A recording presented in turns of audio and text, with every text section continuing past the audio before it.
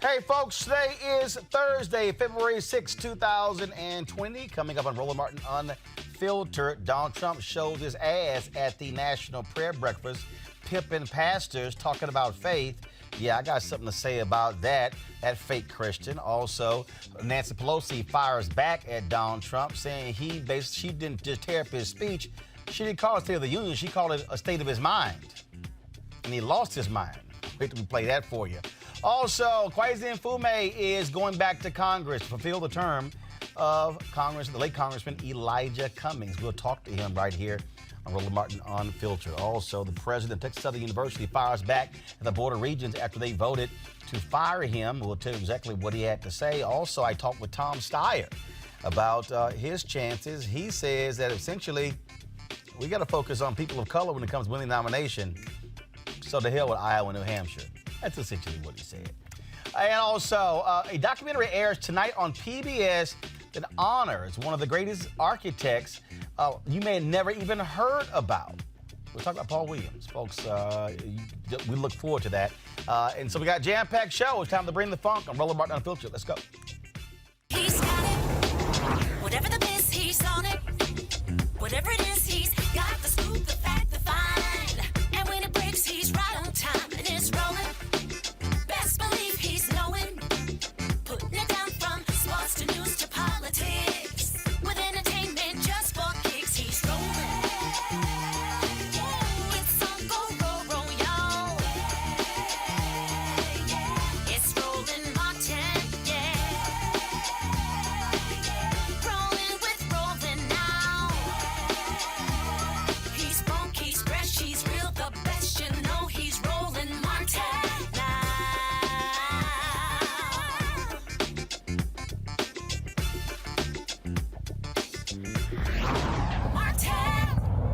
After a number of inmates have died in the Mississippi prisons, the Justice Department announced that they are opening a civil rights probe into the state's penitentiary system. The department's Civil Rights Division says it will examine conditions at 4 Mississippi prisons, including the state penitentiary at Parchman, where a prison riot broke out in December after an inmate was killed. Since December's riot, 15 inmates have died in Mississippi prisons. Officials say 2 of the deaths were apparent suicides by hanging, and many of the others are thought to be gang-related killings. Well, that's according to the officials. The Mississippi Department of Corrections says 29 staff members have also been assaulted over the same period. Joining me to talk about this is Sharon Brown of the Mississippi Prison Reform Coalition. Sharon, how you doing? This is Danielle Holmes with the Mississippi Prison. Okay, Danielle, how are you? Doing great. So obviously, look, you guys had the protest more than a week ago. Then, of course, the governor then comes out and says, hey, enough is enough. Now you have this announcement by the Department of Justice. It seems that all the attention y'all have been putting on this is paying off. Well, we thank God for the pressure that is being applied, and now individuals, lawmakers are beginning to pay attention. But as it relates to the Department of Justice and our now sitting governor, Tate Reeves, this information isn't new to them, right? The conditions at Parchman are decades of systemic issues that have gone unattended. And so while many may deem this as a small victory, as we would declare it, is nothing new. And the Department of Justice has known for years the condition of Parchman. The SPLC has filed a lawsuit, has asked the Department of Justice to investigate. The MacArthur Center for Justice here in Mississippi has asked the department for an investigation. And now when the inmates have courage, those that are incarcerated had courage enough to begin to expose their situation. And now the world knows the conditions and the inhumane and cruel and unjust treatment of the those incarcerated. This is now what we're getting, bits and pieces. It's still not what we're demanding and asking for. But, you know, we're just not happy-go-lucky today because the Department of Justice has decided to launch an investigation because they've been sitting on this information for years. Obviously, because they have to now actually visit there, they're going to have to see those conditions, you know, but we'll see if Mississippi tries to clean those things up. But all those videos that have been shot are going to play a huge role in collection of evidence as well. Absolutely. Well, we're certainly going to keep covering this story. And look, y'all done a great job thus far, and we'll certainly keep that up. Thank you so much. All right, want to go to my panel here in D.C. We, of course, are joined by Erica Savage-Wilson, Savage Politics Podcast. Of course, Dr. Greg Carr, Chair, Department of Afro-American Studies, Howard University, and Reese Colbert, Black Women's Views. And so, look, this is where pressure matters. This is where shining the attention plays a huge role, and what people need to understand, protest has purpose. Absolutely. And for those people that say that it doesn't matter, this is a great example why. And then also thinking about inmates who actually had cell phones so that they were able to capture the video footage. Could you imagine that a population of mostly Black and brown people reporting abuses, talking about different things that are happening and not being believed, as they've not been believed for decades? Right. When I think about Parchment, I think about its proximity to Angola, which is essentially a large plantation. And I think about the Black bodies where they are still reenacting moments of slavery, where you have a white man mounted on a horse, ensuring that those people that are incarcerated are doing the work, which is still picking cotton. They are working the land. Right. And so I know Tamika Mallory and her Justice Coalition has been doing things around this.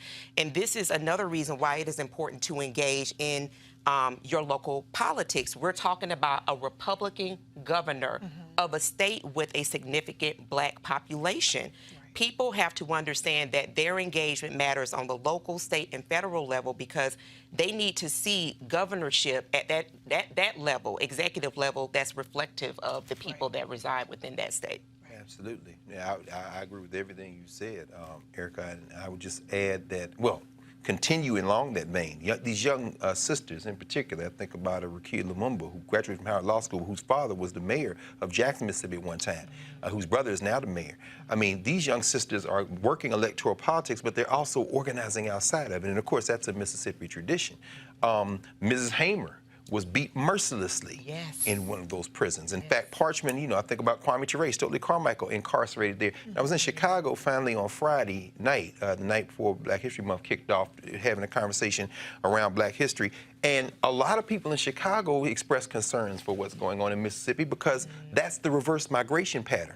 Some of these youngsters down there who are now being treated this way, these young brothers in particular, actually it's a reverse migration. They left Chicago going back down there looking at whatever they're into or not into, but they should not be treated that way, because their bodies are counted toward electoral politics. They're counted for forms of representation, but at the end of the day, Mississippi is too Black to allow these white supremacists to continue to hold elective office. We got to register to vote. We got to go in here and break the back of this. That's right. Right, and actually, Mike Espy, a Black man, is running for U.S. Senate. I mean, obviously, that doesn't necessarily solve the problem at the local level, but that's an example of how representation matters. And, you know, in the Senate, they have jurisdiction over the DOJ in some, you know, some regards. Don't clown me, but this actually issue came up on Love and Hip Hop New York, right? So, this kind of awareness that's being brought to it with social media and reality TV, that's bringing awareness to it to a different audience than what would necessarily just be engaged at the local level. But the thing that's just most jarring is the trauma that's being inflicted on these people, and by extension, their families. You know, you can't just throw these, you're not just throwing these people away in a cage, locking them up, never to be seen again. They're going back into their communities with the sexual abuse that they're being traumatized with the violence, with the nutritional aspects of it. Their families are suffering, seeing this kind of trauma. Some of these people have kids. Imagine what kind of, you know, it's like there's so much trauma that is just spilling out from this situation. It's not, they have a constitutional right to not be under cruel and unusual punishment. Their families have a right to not endure this kind of suffering as well. So that's another part that we have to keep in mind. Absolutely. All right, then, of course, and we'll keep following that. All right, folks, let's talk about what took place in Baltimore, where there was a primary to fill the term for Congressman Elijah Cummings, who passed away, a former Congressman Kweisi Mfume, who left Congress to become president and CEO of the NAACP. He won that. He joins us right now. Congressman, first of all, Kweisi Mfume, congratulations. Roland, thank you very much. Good evening, and good evening to your guests there. So, first of all, for people, there's a lot of things happening here. So, there were some 24 people running. Now you advance to April 28th, where there are going to be 2 elections on April 28th. There is. It's a strange confluence of events, but when Elijah left us, the state constitution dictates that the governor, within 10 days, name the dates of a special election. He named February the 4th as the primary and April 28th for the general election. The interesting thing, though, is that April the 28th is also the date of the presidential primary in Maryland, and it is the date also for the regular election for the two-year term in Congress, so that persons in our congressional district will actually vote twice after voting for a president and other slots. When they get to the congressional seat, they've got to vote to confirm the results of 2 days ago. That's the general election. And then while they're there, they have to vote also to nominate someone for the two-year term in the primary election. So on A April, little confusing.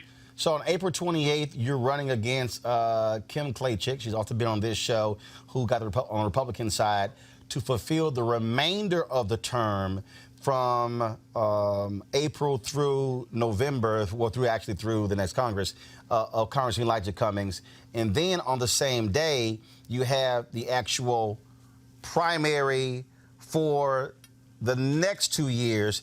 And a lot of the people who you just defeated on Tuesday are actually going to be running against you again. Yeah, it's almost history repeating itself. When I was asked by Merle Evers, the widow of Medgar, to leave my congressional seat and to step into trying to help the NAACP, which was $4 million in debt at the time, I thought about it, I prayed on it, I decided that I would step out on faith. I called Elijah and asked him if he would run for the seat. He decided to run, got elected, and gave us 23 great years of service. But interestingly enough, in that special election, like this special election, there were 23 candidates that he had to run against. And the similarities are striking, but, you know, it's the process. It's what you have to go through to constitutionally qualify. And so we're going to have another election on April the 28th, but in the 7th Congressional District, as you just stated, there will be 2 elections for voters. And of course, one of the folks you beat, she came in second to you, Congressman Cummings' widow, Maya Rockamore Cummings, and she also says she is going to be running again on April 28th. Democrats hold a 4-1 advantage in this congressional district. Many believe that you are essentially a shoo-in to beat Kim Kweisi, who really got some attention when she shot this video of some trash and housing conditions in Baltimore, and Donald Trump, he then pushed her video out there as well. And so what argument are you going to make, obviously, why you should return, or you should fill the remaining months of Congressman Cummings' term, as well as winning a 2-year term? Well, I believe that you place strong leadership with strong leadership. And in this case, Elijah's sisters are with my campaign. His daughters, as you know, endorsed someone else who may or may not be on the ballot. But his sisters are with me, and he's been a friend for 42 years.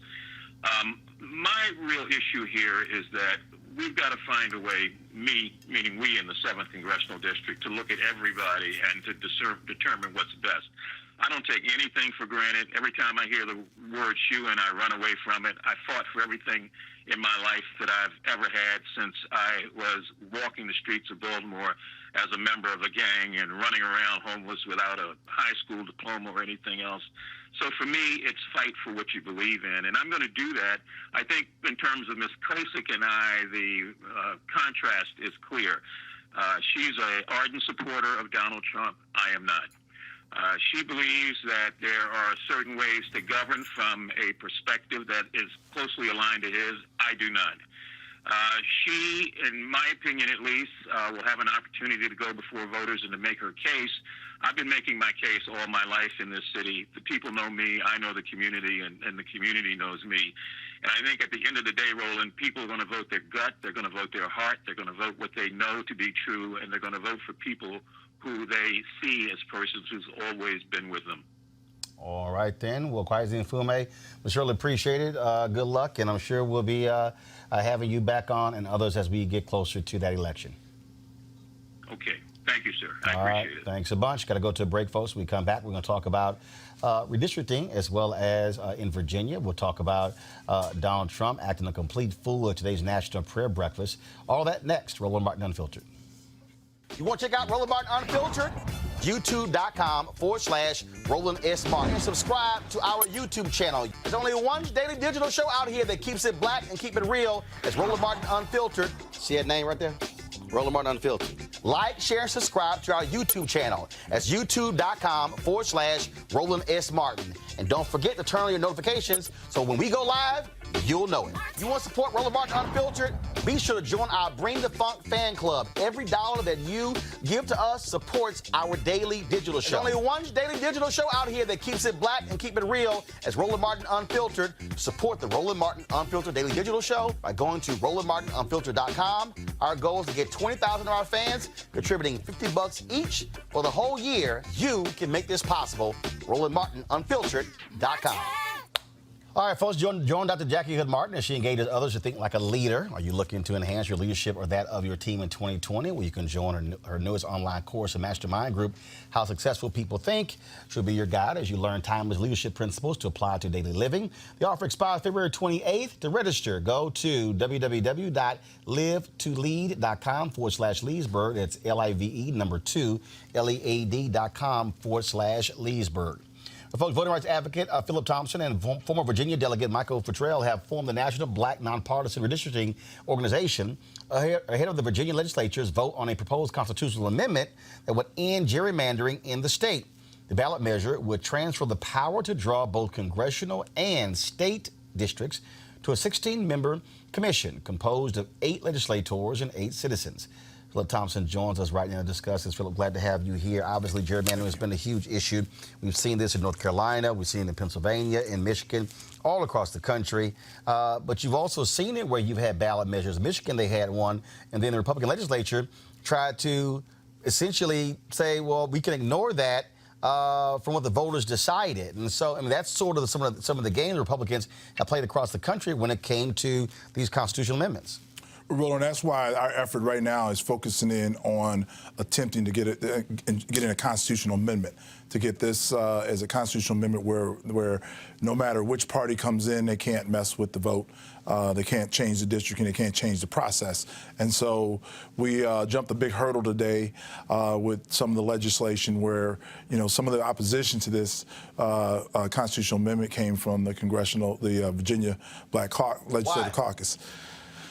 Well, I mean, everybody has their ideas. I think they were feeling like there wasn't enough African American, going to be enough representation, but I don't know how they would reach that part based on how the commission would be structured. Right. I mean, first of all, it's going to be 8 legislators and 8 citizens.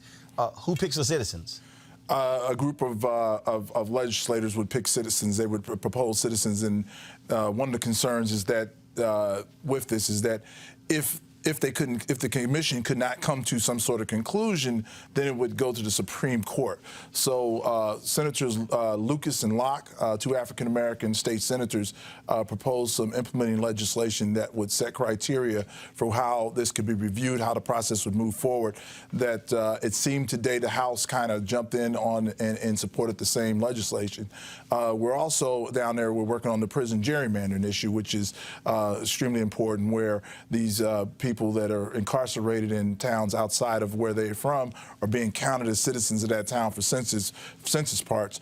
And now we've got the legislation is kind of working in tandem to deal with the nonpartisan gerrymandering, and also with the prison gerrymandering. So I think we're making progress, but we've got some votes coming up. Constitutional amendment was passed last year. It went through, I think, 39-1 in the Senate, 85-15 in the House of Delegates. So now there is a move, since the Democrats weren't in control, that some of them are waffling a little bit on this. And what we're trying to do is provide an African-American voice on this. Is important because the constitutional amendment, for the first time, includes language straight out of the Voting Rights Act and puts that into the Virginia Constitution, which we think is highly important. So, again, to your point, you have Democrats who are saying that the original proposal, which came under Republicans, is flawed because it did not have language dealing with minority representation. And now you got Republicans who are saying, well, Democrats are really scared because now that they're in power, they really don't want to sit here and change the districts. There is some concern in that direction that people feel like now that they're in power, they can. One of the concerns here is having legislators pick the people who they want to vote for them. And what we tell African Americans, I think some of them are feared because some of their districts are heavily minority. They're packed. And so now these districts their minority representation could shrink where they have to run. Now, I live in Northern Virginia. All of the African-American representatives in Northern Virginia have to run in non-majority African-American districts. So, and they compete.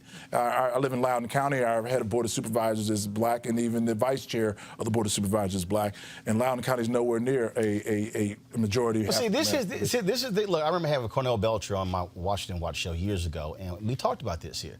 And this is something that black elected officials are going to have to deal with along with black folks. And that is, if you want to talk about how do you maximize power, so you have some people who say, oh, we maximize power by being able to have a number of black elected officials. But that's really not how you maximize power. You maximize power by being able to say, if you're able to disperse black voters, that means that black voters, to your point, are not packed in one district, but we can actually potentially impact 2, 3, 4, or 5 districts. And look, bottom line is you still probably gonna have somebody who's black elected, but again, what you're showing is that what some of the black folks want is a guaranteed victory. And it's a level of selfishness. I remember when Texas did this here. When Republicans came in and redid the districts, they basically created this black district. Ron Wilson, who was in the state representative, he thought he was going to get that. He aligned with the Republicans. They kicked his ass in the election. That's how Congressman Al Green won. But he got destroyed. Then lost his state seat after that. But so what they did was they stripped black folks from 2 or 3 districts that white Democrats got elected in, packed them in a black district, and people were like, oh, we've created a new black district. Yeah, but then Democrats were in the minority as a result. And so, are you seeing that tension in Virginia? There is that tension, but I point to what happened with the congressional districts in Virginia. For a long time, we had one congressional leader, and that was Bobby Scott, elected black congressman, Bobby Scott. And Bobby Scott's district snaked from Richmond down to the Tidewater area in a very meandering way. So they put all the black people all in that one district. Well, when that district was challenged and found to be unconstitutional, then they changed the districts, and then what do we get? We got a second African-American congressman, Don McEachin. So you can see where that can benefit if you cut the districts correctly. We make up 20% of the population of the state of Virginia. Minorities probably total make out about 35 to 40% of the population, and we don't have that kind of representation in the House of Delegates and the state Senate. Any questions? I have one around the redistricting. So you talked about, when I looked at the platform, that there would be 8 citizens. This is through One Virginia 2021? Correct. Okay. And so that leadership circle, you're a part of that leadership circle as well? We work with One Virginia 2021, but our organization, we're starting to branch off nationally because we're seeing this issue on a national basis. Okay, good. And the reason I brought that up is because when I looked at the leadership circle of One Virginia, I noticed that there was someone who was formerly the founder of the Tea Party Federation, and just wondering that gerrymandering is something that affects all of us by and large.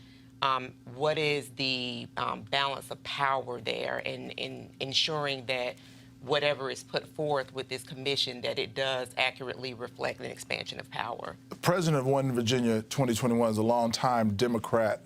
She ran for lieutenant governor in the state of Virginia. She's also was a chief of staff she worked for Joe Biden. She worked for Senator Kane. So she's a longtime Democrat. So it isn't a completely Republican organization. And if you go to their board, you'll see it has a wide variety of individuals in there.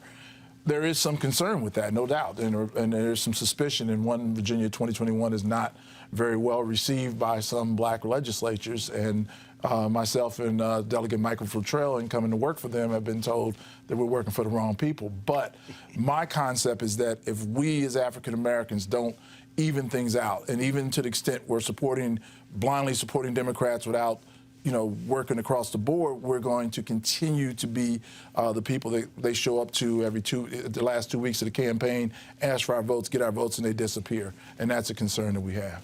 Brother Thompson, I mean, in this same vein, I'm thinking about North Carolina, back with the Shaw versus Reno Supreme Court cases, Georgia versus Ashcroft. Thinking about, as you say, Roland, this fifth, I think it was the 5th congressional district. I think that's the one Julian Bond and John Lewis fought over to make this majority. But at least as I recall from the case law, there is no Supreme Court hasn't decided what constitutes black political voting strength. I remember Senator O'Connor saying exactly what you said. Wouldn't you want it to be distributed out? Stop packing these districts. My question, I guess, relates around to how you're tying this to the Voting Rights Act, particularly in its weakened. So, could you anticipate a challenge to the redistricts from folks who are interpreting black or minority voting strength as having a packed district? I mean, could you see some of these black legislators going to court and say you have diminished voting strength, since the court really hasn't established which of those two options becomes? Well, if you look at originally when the Voting Rights Acts came into being, one of the most important elements of the Voting Rights Act concerns was that we had a lot of people that were doing certain things from a standpoint of diluting African American votes. Absolutely. And then with the Voting Rights Act, we started to see more people come in and put more people into African American votes. So that's been a major issue. Well, how does that translate into voting strength? This is what I'm saying. You're saying just political participation is what you're gauging it by how many people are actually in the process, how many people vote, how many people do that, right? Rather than how many black people are elected. Well, the process has to be.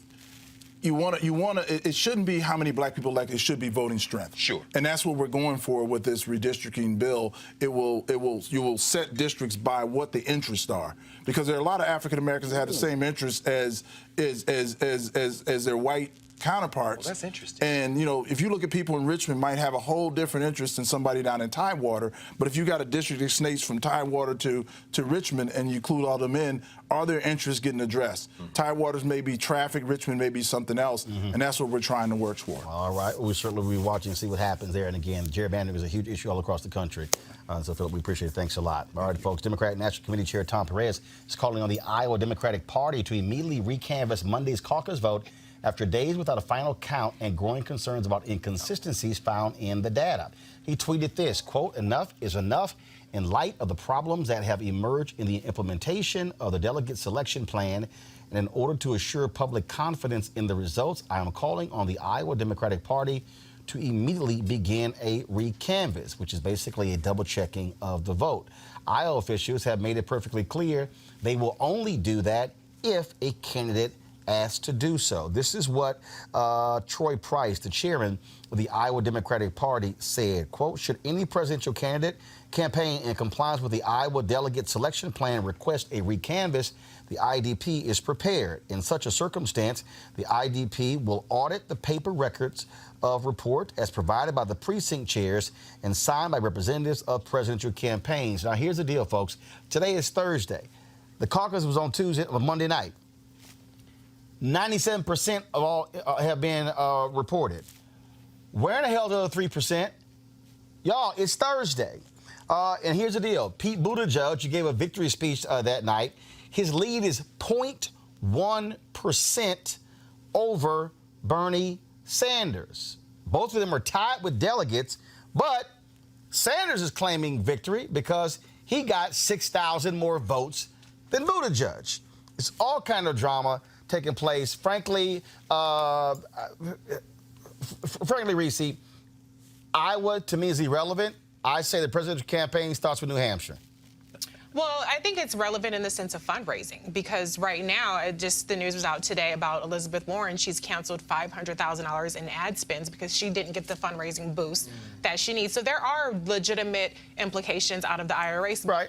But the results are kind of water under the bridge right now. The damage has been done for some campaigns, and the boost has been, essentially realized so much for Pete Buttigieg in particular. So I think that this move from Tom Perez, I think it's more of like a cover your ass type of move, but it really undercuts him because most people don't understand the distinction between a state, party running the elections versus the national convention. And people, it was trending, hashtag Tom Perez resigned. And so I think as a leader, he should have, instead of undercut the results, he should have tried to restore, faith. Well, see, here's the problem, though, Greg. There are inconsistencies. You have individuals who are reporting who took screenshots of the actual paperwork and posted it on Facebook and Twitter, and they're seeing different results being reported by the Democratic Party, and they're saying, wait a minute, this was actually our caucus here. So I think what Perez is actually saying, you need to do a recanvass to go back and double check because you have these inconsistencies that are out here. And that's why I'm saying, hey, y'all about irrelevant. The fact that here we are, tomorrow is Friday. Yeah. And 3 days later, and not only that, only 170,000 people turned out. Right. But okay. Yeah. And Sanders won that popular vote by 6,000, at least where we are now. I agree with you. I think, I think that Perez is trying to cover his ass. But here's the problem, though. The rules that are in play now were put in place at the insistence of the Sanders campaign from 2016. And so I think a silver lining in this is that it is revealing what was probably already there and always there. Right. And since the Republicans have no interest in counting all votes, what we now are having a conversation about is the integrity of the voting process. This might be the way we get to that conversation. Only other thing I would say is you're absolutely right. New York Times is reporting in the hour since we've been here, since we came to the set. They've reported at least 100 errors. They've reported to the Iowa Democratic Party. And the party is beginning to, you got votes for Tom Steyer. You got votes for, what's the brother from Massachusetts? Deval Patrick, Andrew Yang. Exactly. And so the number of delegates, just because Pete Buttigieg has a 0.1% lead, that's in the delegates. That's not the number of people who showed up. And it's a three-step process. First of all, you come in, you declare who you're for. Then if you're not viable, you drop out. Then you move to the second. Then you move to the third. Which is all, for me, totally BS. It's BS, I'm sorry. no question. But the crazy thing about sucks. it, they've got to report each tally at each number. Now, of course, and they're doing it by hand. There's no way. Exactly. There's no way you would not uncover errors. So finally, I just say that, you know what? This is all right. I agree with you. Sanders is going to be hurt by it. Buttigieg did what he needed to do because he's dead in the water after the next white primary. He hadn't gotten enough. Seriously. He can't go to South Carolina. He can't go to Nevada. He did what he had to do. But Warren may be the loser of this ultimately in this whole thing. And look, Erica, the greater issue here is that only 170,000 people turned out. That's 70,000 less than who did 2016. Democrats should be asking, where the hell is the enthusiasm? What the hell? Where do people go? Right, and I think we've been calling for that, even though we're not a part of that 90% whiteout in Iowa. So I think the larger piece is exactly what you all said, in that there should really be a call for this pageant of Iowa to be over with.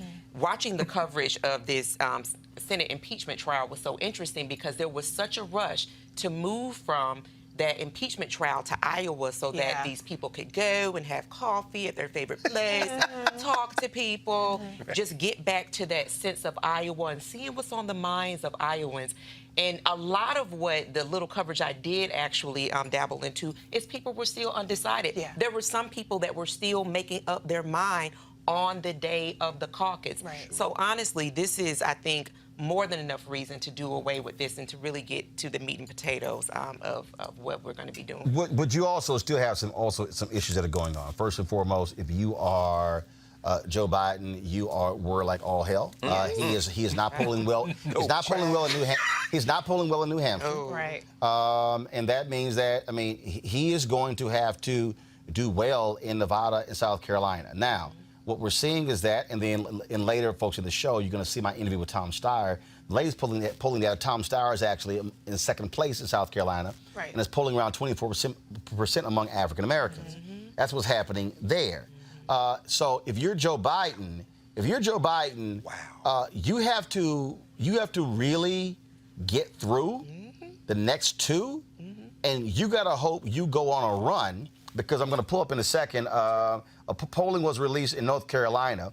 Again, he's up big in North Carolina, driven by black people. Right. Black voters are driving those numbers in North Carolina. But what's also interesting in North Carolina is that Bloomberg has shot past everybody else to go to second among African Americans in North Carolina. And so when you look at those Super Tuesday states, question for Biden is, are you going to have the money?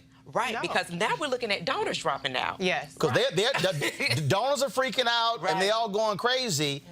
And Biden does not have the same. I mean, the Sanders people announced they raised $25 million in the last month. Average contribution was $19. He doesn't have a small donor base. No, I mean, go ahead. Well, I said this in my video earlier this week.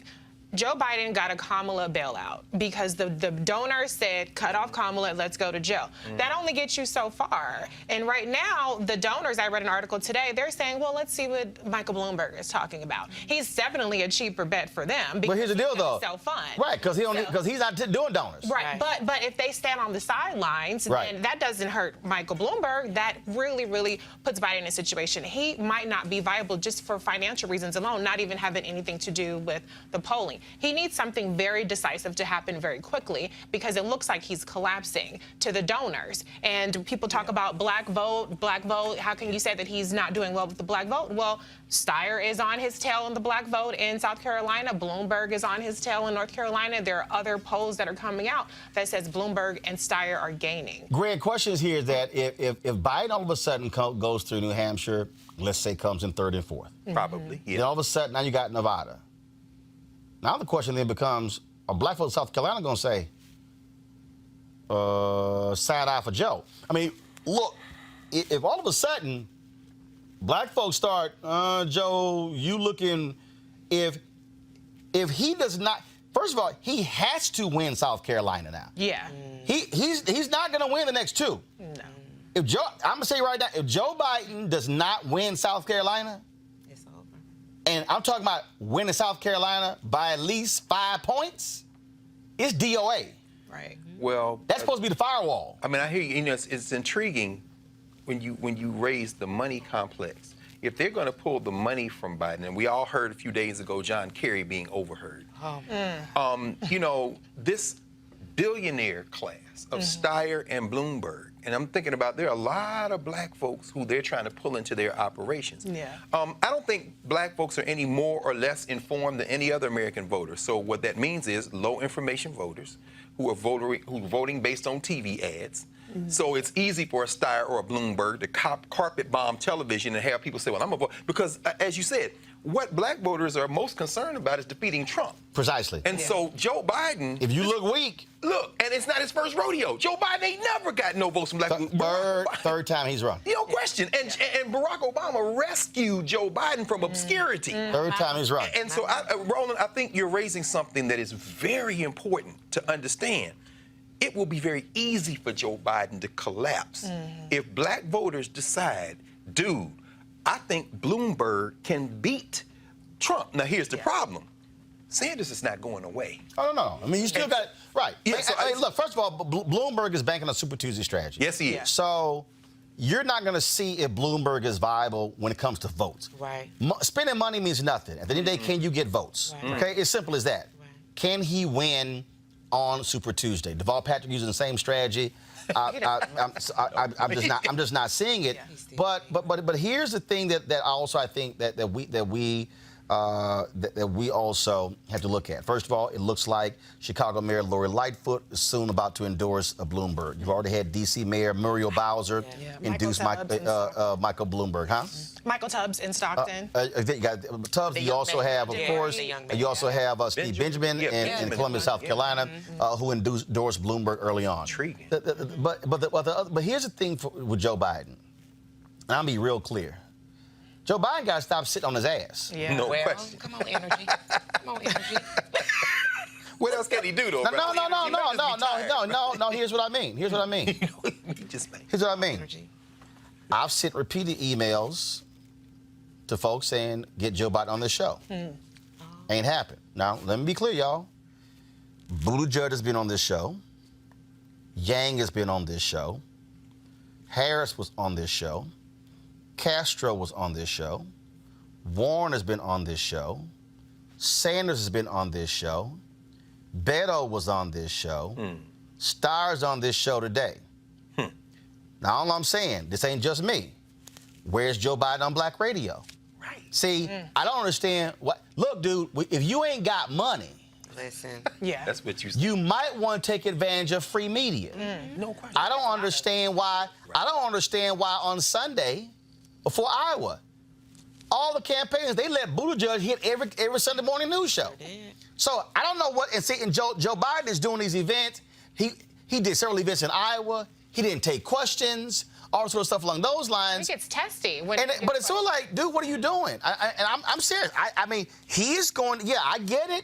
You 77, but here's the problem. He's 77. Sanders 78. You ain't lying. Warren is 70. Right. And if you had to compare the three of them with energy, Yeah. Right. Yeah. Biden ain't doing well among those three. No. He is going to have to do more. And what Joe Biden's also going to have to do, why you want to be president? I mean, you hear Buttigieg talk about, vision outside of Washington, D.C. You hear Warren talking about going after the oligarchs. You hear Sanders wanting to upend the entire system. You hear all of that. Has Joe Biden actually clearly articulated, this is why I need to be president, other than I was Barack's guy? No. And I think that these signs that we're seeing now are things that we saw even before, like, he officially announced. That, for me, I've always seen this as a low-energy candidate, so to speak. Yeah. And so there wasn't any fire. There wasn't any pistons that I was kind of expecting out of Joe Biden. I think that what we're left with Bloomberg is that he's got a plethora of money. If you pay attention to, like, MeTV, he's running ads all throughout the night. He and Tom Steyer on those networks. Yes. You're also seeing that they're actually doing something different with the folks that they're hiring. Yeah. They're putting them up in nicer establishments. Yes. They're paying them very well. Yes. And so whether or not a person can compete with that, it's still about the person that's running for president. You can So compete I with agree that. with you. Well, No. You can compete against all that. Because first of all, the voters don't know nothing about all of that. But you still have to say, this is why I should be president and I can beat this guy here. If Right. you don't, if you go back to Hillary Clinton, one of the struggles for her still was articulate the message, not ready on day one. Right. No. Right. Why should we entrust you with the presidency? That's where he has to do that. And now, here's the deal. When you were finally leading in the polls, okay, you can sort of get through the debates. The next debate is Friday. Yeah, brother. Yeah. Joe Biden got to smoke it. He can't. He's not He going can't. to. going The stakes to, are he's high. No, not. he's not going to. No, hold up. He can. Now remember. How can he do it, bro? How would you- hold if up. you were advising him, what would you tell him? Remember the vice presidential debate after Obama bombed against Mitt Romney in that first one. Biden came out smoking in the VP debate. Now some people thought he was a little too hyped up on caffeine, but no. If I'm Joe Biden, I'm coming out hard. Yeah. I'm coming out hard, and what I'm going to do is I'm gonna stop this bullshit language of, if I become president, I can get along with Republicans. I think he believes that, though. Yeah. He really believes that's that. That's not an act. Okay, but that don't play Elder in statesman. primaries. Elder statesman. But here's the deal, though. No. That's a general election line. And I think he's running a general election strategy. Well, you can't win. good point. You cannot, Joe. You cannot win a primary with a general election strategy. And I think that's what he's finding out. I mean, in fairness to Joe, I'm not endorsing Joe, but I think he has articulated his vision, which is the soul of the nation is at stake here. Now, is that persuasive? No, not really, because people care about healthcare, they care about taxes, they care about the economy. So, what are you going to do specifically that's going to benefit? But actually, if you go back, John, we had John Ward on here, and he was talking about his book that dealt with the feud between Jimmy Carter and Ted Kennedy. Yeah. Actually, that's what Carter used after Watergate. Right. No, it worked. True. The problem is Biden has to consistently make the point about moral clarity, principles, values. See, here's the deal. You got Trump who's going to say, damn all that, it's all about the economy. Right. Gallup has a new poll showing significant people saying like they're better off was their incomes, everything along those lines. Yeah. So you have to say, so while he's over there going, forget all the crazy stuff I say, forget me cussing today, forget everything else, economy. No, but you have to say, this man is evil, this man is corrupt, this man is a liar, this man can't be trusted. We have to return where you actually respect the President of the United States and the President respects the office itself. Well, I'm going to say something controversial. You can make a higher standing, but I'm going to say something unpopular, and it's something that nobody really wants to admit. I think this impeachment stuff is damaging Joe in his ability to make that strong moral clarity thing. Now, I am not saying in any way, shape, or form. Because they're bringing up his son. Because they're bringing up his son. They're bringing up all this corruption, this, and the other. People look at the headlines. People aren't in the weeds. And so sometimes just the insinuation is enough. And so Joe has done a very ineffective job, in my opinion, of pushing back on the actual stuff they're putting out there. He just says, oh, well, you know, Trump is scared of me, and this is why they're doing that. And he's very defensive about it. And Hunter Biden gave that awful interview. And so he's really damaged a little bit on his, I am the moral authority. Right. It's hard to do that when they say your son's making money off your name, your brother's making money off your name. I mean, you raising something that's very important. The reason when you said it made me think about it as well. In terms of Bloomberg, the two billionaires are really the best poised to destroy Donald Trump. I'm thinking, as you were talking, I'm thinking, Bloomberg could beat Trump. Because, see, what Bloomberg's going to say is, you're a fake billionaire, I'm not. And I'm going to roast you. One of the most effective things Bloomberg's doing right now is weakening Trump with these attack ads. And, I mean, they are high, slick production. And he has promised that whether he wins or not, Steyer, of course, is the one who started the impeachment thing years ago. And Sanders, of course, outsider. Warren, an outsider, but kind of outsider light.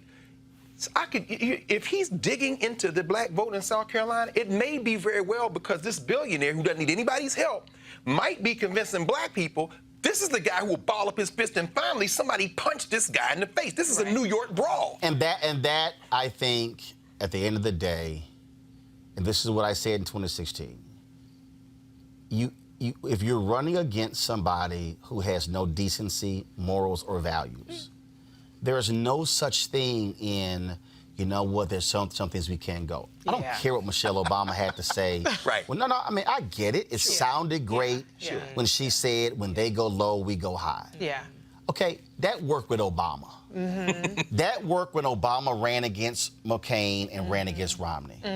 You're going against an evil, despicable narcissist who will say or do anything. That's right. And when you are in a street brawl, you can't say, well, no, we got to fight fair with our fists. No, if there's a 2x4 sitting right next to you, you grab it and knock the hell out of it. That's right. If there's a pipe, if there's a trash can, there are no rules in that fight. The only rule is somebody going to lose, somebody's going to win. And James Carville made that point the other night. We all talked about power, and this is where, and I don't care what all of you uber progressives say. I really don't. Okay, because Carville is right. If you just look at, I'm gonna use the Congressional Black Caucus as a perfect example. There are CBC members who are from lockdown, ain't nothing gonna happen in black districts. They can say whatever they want to say. But you got folks like Sanford Bishop. You got folks like Colin Allred. You got folks like Lauren Underwood, who are African Americans who represent districts. In her case, 2% black. Johanna Hayes, again in Connecticut, same thing. Joe Neguse. They can't run. That's right. Like Maxine Waters can. They can't run like Al Green can because the district is different. The fact of the matter is, for all these uber progressives and AOC and I get all of that, and guess what? The reality is the Democratic Party has a larger tent than the Republican Party. You cannot be a moderate or a liberal running in the Republican Party. Anywhere in the country. You cannot. You can be a conservative or moderate or liberal in the Democratic Party. the Democratic Party, the only reason Nancy Pelosi is Speaker of the House is because you had moderate to conservatives, moderate to left, center left, moderate to center left folks, and then you had left folks who were all in one party. Sure. So this battle in the Democratic Party, to me, is stupid because you have to recognize that, guess what? She can't vote for some stuff because of how her district is made up. But he can, but AOC can. And so the Sanders people have to understand and stop the bullshit attacks because everybody can't be like Bernie from Vermont. It's very true. And that, to me, is the thing that people don't understand. And so you have this constant fight. Well, these corporatists in the Democratic Party, but the corporatists in the Democratic Party are in the same party as the far left. And the corporatists also won seats that made it possible for Pelosi to be Speaker of the House and for those on the far left to actually have more power than they were in the minority. So when James Carville says this is about power, what he's actually saying is Republicans duke it out. But after the primary, they say, now, I still don't like you, but I don't like them more. So we gonna ride. Now, we still may not like each other, we gonna ride. Democrats want to get engaged in this purity thing where, no, I'd rather lose. No, because Tea Party's learned that. Tea Party people were saying, well, I'd rather lose. And Republicans said, fool, if we lose, we in the minority. Democrats had better learn it's about winning. So how do you, so if Sanders ends up being the nominee, and he puts at the bottom of a ticket somebody like a Stacey Abrams or Kamala Harris. You said who? If Sanders is the nominee, do you see the Democratic Party coalescing behind him? No, because and that's what I'm saying. That's the problem. The problem is Democrats have to. They got to understand a national election is totally different from a congressional election. And here's the deal. And if I find the stat, if you actually go back and look at the winning record it's not good. of our revolution, 0. The winning record of that coalition that AOC is in, Justice Democrats, 0. Like all these far left groups, dude, they went 0 in every election. I'm thoroughly unconvinced that we are going to be able to predict what's going to happen, if for no other reason than, the United States, I say this often, it's really not a country. There are too many interests. And so if Bloomberg were the nominee, if Biden were the nominee, and the Democrat, I think the Sanders strategy seems to me is the Jackson strategy from 84 and 88. You grow the party. Now, if voter turnout is low, for example, in the Iowa caucuses, it seems that then the Sanders people overperformed. And I'm not endorsing or campaigning for Sanders. I'm just saying that I think we're on the verge of something now that either there's going to be a transformation in this country or Trump is going to win again. And there's going to be a fracturing in this country that will not allow it to come back together. But again, the issue that I'm looking, I'm trying to get these people to understand is that you have to look at your tent and then say who's in it. Yeah. Again, I go back to power. At the end of the day, you either got power or you don't. Okay, if you're in the minority in Congress, all you can do is give speeches. Right. You can't do jack. Right. Democrats can't stop nothing in the Senate. Nothing. So the deal is, how now do I operate? So you got to start from, the first thing is, we got to win. See, I can sit here and make a series of demands to all the candidates. The first thing I got to say is, hell, one of y'all got to win. Right. Because I already know he ain't talking to me. Now, if I hold my powder and one of y'all win, I can ride your ass every day. It's true. But you won. And I got a better shot at getting more of what I want with you than that dude. True. So it goes back to winning. True. And that's the thing that I think people got. So there's some people who get hung up on just, no, this is where we are, in terms of, no, it's about the principles. And I'm going, yeah, but it's also about winning. And Republicans, the one thing, I don't care what nobody says, y'all can tell me I'm choosing the lesser of two evils. Y'all can say whatever y'all want to say. I'll pull up in a second, see what y'all saying on YouTube and Facebook. Here's what I know. Republicans care about one thing. Winning. That's right. They can't stand Trump. They don't like Trump, but he's there. And they gonna ride, like Martin Lawrence said, they gonna ride his ass till the wheels fall off. And the wheels are very close to falling off. But they don't care because their whole deal. They don't care. Because their whole deal is we don't know how long this gonna last. Not much longer. But we gonna sit here and rule with an iron fist. I agree with you. And Democrats would rather sit here and engage in ideological back and forth. And I'm like, but you ain't won. Are you saying that? I mean, I'm just trying to understand this. When the largest group of voters in this country are the ones who don't vote. Right. Are you saying then that we must, thinking pragmatically, view the country as it is rather than the country as we would like it to be? Because the Republicans don't have a tent. They've got a narrow little white supremacist patriarchal slide that is enforced by this regional electoral college-based thing. They lose the numerical majority every year.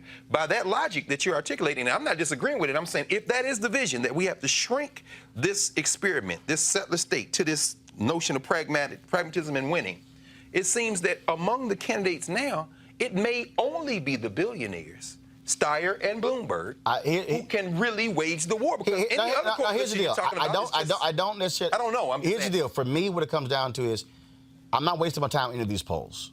My whole deal is, Bloomberg has to prove he can win. See, you can poll great right now. Sure. Again, let me remind people, the polling data showed that it was 4 people who were tied at the top in Iowa. Not the unreleased CNN poll. The results. No, that last one. That last one. As you get closer, they do get. Right. No, but what I'm saying is, for all that time, right, all we heard is that Biden, Sanders, Buttigieg were anywhere between 21 and 24. Okay? It comes out, Biden's around 15% in Iowa. The point I'm making is, I don't care about the polls. I need to see you win. Right. So I'm not making any judgment on Bloomberg until I need to see if he can win a state. See, Rudy Giuliani ran the same strategy, and he didn't have Bloomberg's money, but he said, forget the first few states, I'm going to focus on Super Tuesday, and got his ass waxed. He focused on Florida, got waxed. That's true. So again, Bloomberg has dropped more than $100 million. Yeah. What happens on Super Tuesday if he doesn't win North Carolina or Florida or Texas or Ohio or any of the Super Tuesday states? What that shows me is you got a lot of money, but you didn't win a state. You still got to prove to me you can actually win. But the point I'm making is, all these people, I am following people who are saying, I will never vote for Pete if he wins. I will never vote for Sanders if he wins. And I'm sitting there going, but here's the problem. That is a problem, brother. Right. Here's the problem with that. Only 2 people are going to win. Come on. Right. And y'all can sit here and say, but I can't stand. No. I get all of that. Tell them about the judges again, Roland. Well, no, I'm going to play it in a second. Almost Today, 200. Today, Donald Trump thanked Mitch McConnell and said, we put through 191 judges. Come on. After yesterday, after they acquitted Trump, McConnell came to the floor, we were going to move 5 more. Yep. So, see again, though, it's all of this, and all I'm saying is, I can be pissed off with a candidate and they followers. But I do got to say, but I hate you and your followers more. That's right. Because guess what? One of them is going to hold the keys to the kingdom. And one of them is going to have all the power. And so that's when Carver's talking about power. Yes. Y'all, this just boils down to power. Yeah. Just not feelings, right. Power. And giving Trump 4 more years of power after the crazy that we've seen these last 3, I don't even want to know what that looks like. No, I'm sir.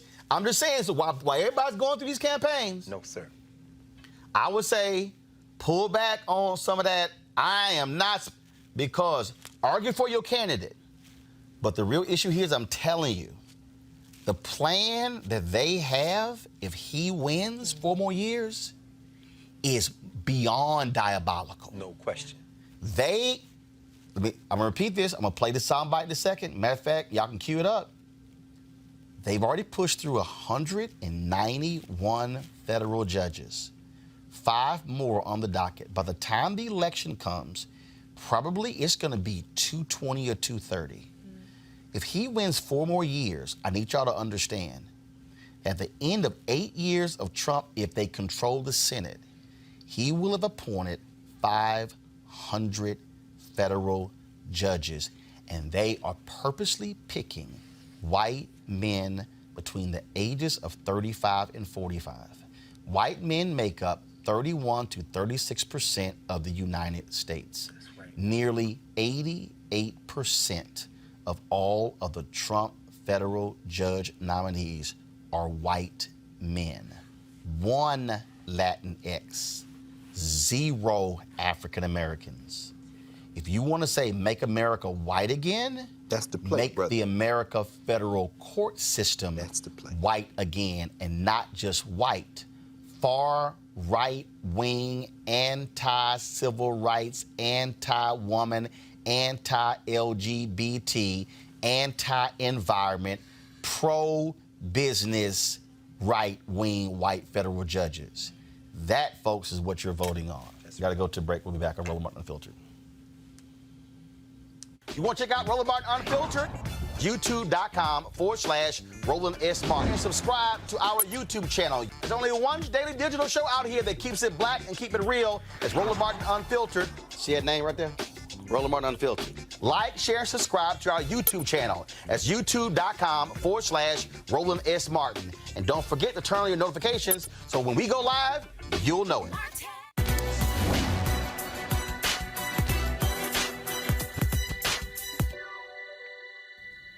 Every man prays in his own language, and there is no language that God does not understand. Composer and bandleader Duke Ellington.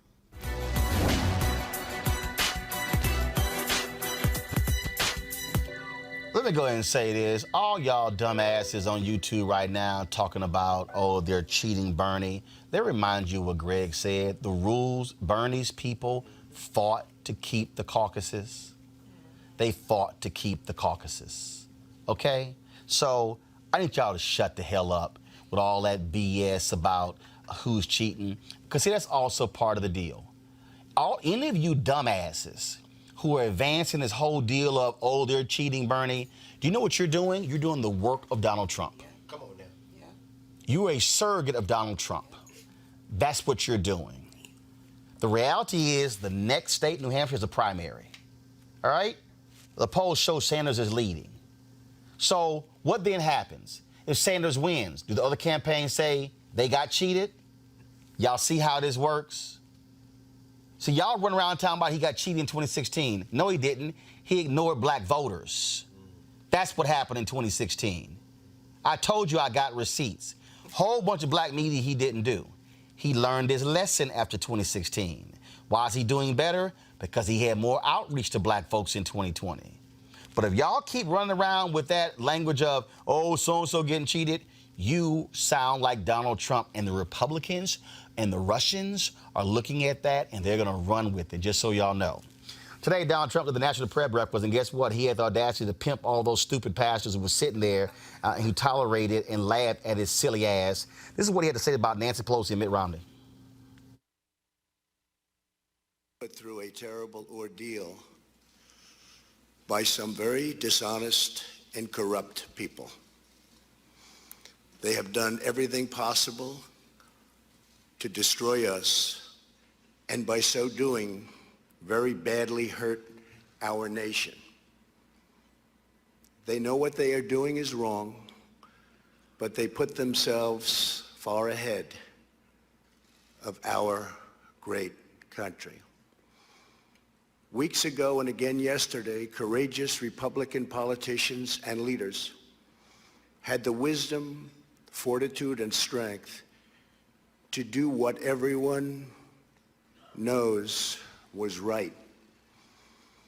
I don't like people who use their faith as justification for doing what they know is wrong. nor do I like people who say, I pray for you, when they know that that's not so. So many people have been hurt, and we can't let that go on. And I'll be discussing that a little bit later at the White House.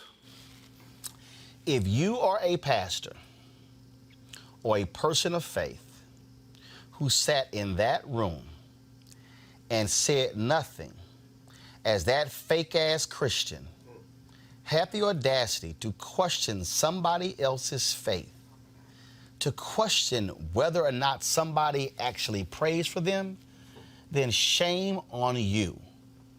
That to me, and we all saw the docuseries on Netflix called The Family. Right. Ooh. See, so we know the real truth behind this National Prayer Breakfast. Come on, brother. Right, come on. The real truth behind this National Prayer Breakfast is nothing but a political front. This is not a real National Prayer Breakfast. This is a breakfast for conservative interests, pimping God, pimping the faith for their own political reasons. Right. And woe unto them, because the Bible talks about there being blood on the hands that you can't wash off. And so I'm really, I'm afraid for them because we are all mortal beings. And the other thing, too, is that there are millions and millions of people that are being led to believe that the way through faith is through power, is through the pockets of people. My father is a pastor, and he reminded me of something when we were talking about, like, what do these things mean, to just kind of give some balance around the intersection of politics and faith. And, you know, he told me, he said, E, this ain't nothing different. This has been going on since before the time and after the time of Christ. What I will say is something that the Bishop, Dr. William Barber, provided in the clarion call that he gave at the emergency convening at the CBC. And if you were not there, you need to go back and watch Roland Martin Unfiltered. They were there, live streamed it. And he talked about this being time to get your ass up, and he did not say this exactly, but get your ass up and start fighting. Yes. It is not time to lay down. It is time to turn down the volume on entertainment, because we can see where people's interests actually lie that do have power. They have become drunk with that power, and so it is time that people become activated, and that is not just through voting, but it is also through becoming civically engaged. So these conversations that we're having when we're talking about the courts and how there is a consolidation of power that is happening before our eyes as people are dancing their days away, that there is an understanding that we all, not just here on this platform, not just Roland to provide the information, but we all have a part to play in saving what's left of our democracy. No, that's absolutely right, Erica. And you know, watching Trump at the White House today, that his victory lap speech was really something that could have been delivered by Andrew Johnson in 1868 after he was acquitted in the court. Listening to him, and then, as you say, with this prayer breakfast, which we know what it is, I'm reminded that 2 years before Johnson was acquitted in 1866 in Pulaski, Tennessee, Nathaniel Bedford Forrest and his group formed a little organization called the Ku Klux Klan. And the core of the Klan belief is their interpretation of Christianity. They are protecting America from the hordes of blacks, and they want to put women back in the kitchen. This is the Klan philosophy. That prayer breakfast could have been a Klan rally. And those ministers, if you're a white nationalist minister, you in the Klan as far as I'm concerned ideologically, because that's what we saw at the White House. Only other thing I would say is this. I was looking for Ben Carson. I didn't quite see him in there. And Tim Scott, Trump shouts out from the podium. And I saw one other brother in there, so let's assume there were three there. Everybody else in there was white. These people are ideologically committed to one thing and one thing only. As Roland said, power, but their power is read through race and white maleness. Their Christianity excludes all of us. If Jesus Christ was here today, he'd be in an internment camp, or he'd be sitting here with us talking about fighting, or he'd be saying what Reverend Barbara is saying. Let us not mistake these people for any type of Christian. I'm not. Yeah, don't worry, brother. I'm not praying for you. I'm praying against you because you are, in fact, as David Walker said in 1829, the devil. Yes, and he is. And anybody with you is a devil. So let's be clear. That's right. That's right. That's right. You know, Trump is a complete degenerate. I mean, he is a serial sexual assaulter. Yep. He is corrupt. He's a criminal. He's surrounded by criminals. All of the GOP are his co-conspirators. Yes. So how dare he sit up there and lecture anybody, or like you said, question anybody else's faith, who certainly through their works have a much better product than what Donald Trump can point to. And, you know, speaking of the Klan, they don't even need hoods. Nope. They got Presidential Medals of Freedom at the State of the Union. How about that? So how about that? Yeah. So we got a lot of issues that are going on, and it's all out there in the open, and people are asleep, not woke. And they need to wake up. We have to turn down the volume on entertainment. You cannot Instagram this. Yes. You cannot Facebook Live. You cannot laugh this away. This is an existential crisis, and people have got to get up off of their asses and connect with some type of civic engagement, with understanding. If you don't understand, that's fine. But thinking that these things are just going to go away, these people have their foot on our neck. If you were not born during the civil rights era, welcome to the civil rights era of 2020. And let me just ask, why don't we, I'm talking to black people now, why don't we channel some of that energy that we have against each other? Come on and now. ripping each other apart. Now, I'm not defending Gayle King. No. Let's talk about Gayle King. Ooh, that came for Gayle King. Yeah. And Gayle King, you know, she came for somebody she had no business coming for. But why don't we direct some of that energy, some of that outrage, some of that, everybody's heard about it, but has everybody heard about the Mississippi's? What's happening down there? Does everybody know what's happening? No. There's so much that's an immigrant, a person who was a mistaken identity, was shot in the face. My yes, God. 2 people. So we're not directing our energy. We know everything, like you say, entertainment, we know all the Shade Room, Baller, all that stuff. I watch it too, don't get me wrong.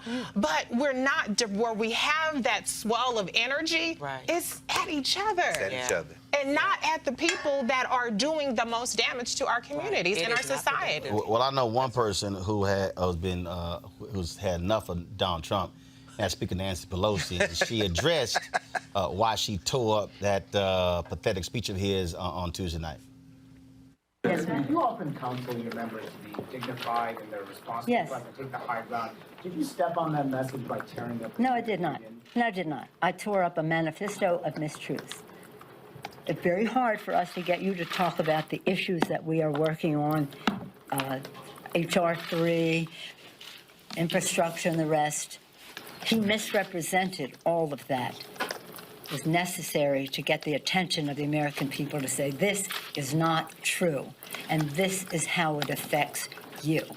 And I don't need any lessons from anybody, especially the President of the United States, about dignity. Dignity. Is it okay to start saying 4 more years in the House of Representatives? It's just unheard of.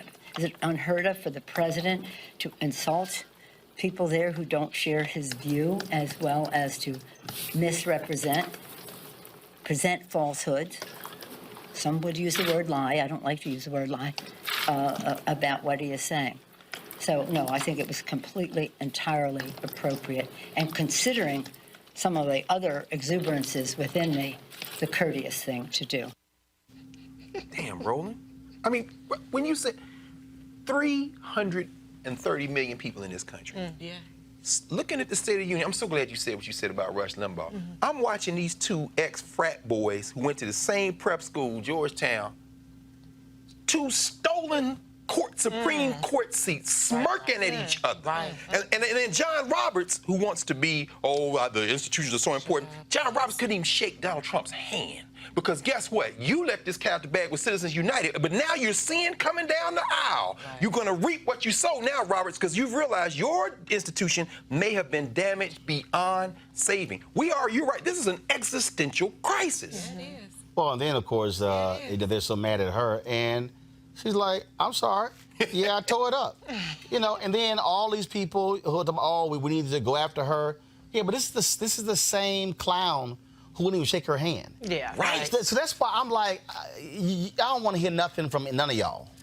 Talk about what was classless, and stuff along those lines, because this man has none. No. He has no sense of decency. And to her point, she also, in that same news conference, she said, you don't give the president your Medal of Freedom at the State of the Union. Right. She said, we don't come to your office doing congressional business, so you don't come to our office doing that. But Roland, to the point you were raising, how do you answer this? Does what she did the other night, and I'm just saying playing devil's advocate, literally, does what she did the other night hurt Connor Lamb, for example, in Pennsylvania, in those Trump districts that these moderate Democrats... No, here's why. I think Nancy Pelosi, at some point, you got to go ahead and do what's right. And what's not what's popular. And I'm going to go ahead, and I told y'all, when I interviewed Nikki Giovanni on this show, and because it's unfiltered, I can go ahead and say this. In 2000, when they were at the Tavis Smiley State of the Black America panel, and then it was her, I think Stanley Crouch, and I think Charles Ogletree was moderating. They asked Nikki Giovanni, he said, Nikki, why do you love Tupac so much? And she said, point blank, somebody got to call a motherfucker a motherfucker. How about That's what she said. Yes, sir. Yes, sir. There comes a point where you can no longer say, no, I'm going to do the dignified thing. I'm going to go ahead and these are our customs. These are our rules. Her whole deal was like, you know what? No, I'm good with this here.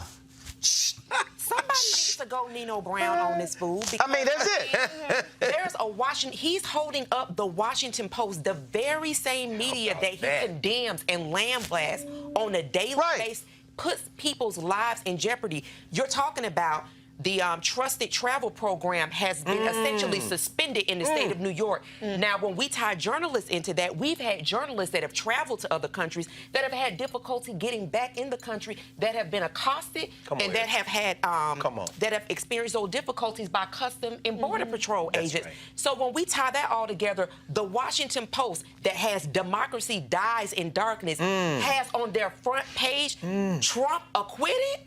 What the hell? And this is what he's using in his bullshit press conference. Yes. Right, but again though, so what you're dealing with here is this is Nancy Pelosi saying, and then she said, I'm not using the word lie, but that's also to me also part of the deal. That's also part of the con. Yeah. Because the media wouldn't do it. Right. Finally, I remember when Jake Tapper hosted some show, a whole hour on Trump's lies. I'm like. Took y'all almost 3 years. Yep.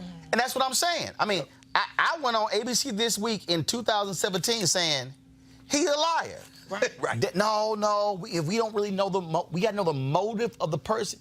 We already know the motive. The motive of a liar is to lie. It's to lie. But see, everybody want to dance around this. And I just think she was like, you know what? I ain't here. She said it. We ran the lies yesterday. Had Black Republican Angela standing on. She was all loud and wrong. Mad when I walked through all of the lies. I walked through all the lies he said. She couldn't refute it. See, something is either true or it's false. I think it's so much obsession with protocol and pageantry. And you had Donald Trump cussing and fussing in his press conference today. But see, that's why all analysis of the State of the Union. Yeah. Oh, my goodness, that was a powerful speech. The optics. Because here's the deal. Y'all need to understand this here. And there's a reason why y'all don't see me on those networks. Because, see, I'm just way too real. Right. Y'all need to understand this. Les Moonves, the former head of CBS, said in 2016, Trump may be bad for America, but he's great for CBS. My goodness. He was talking about this.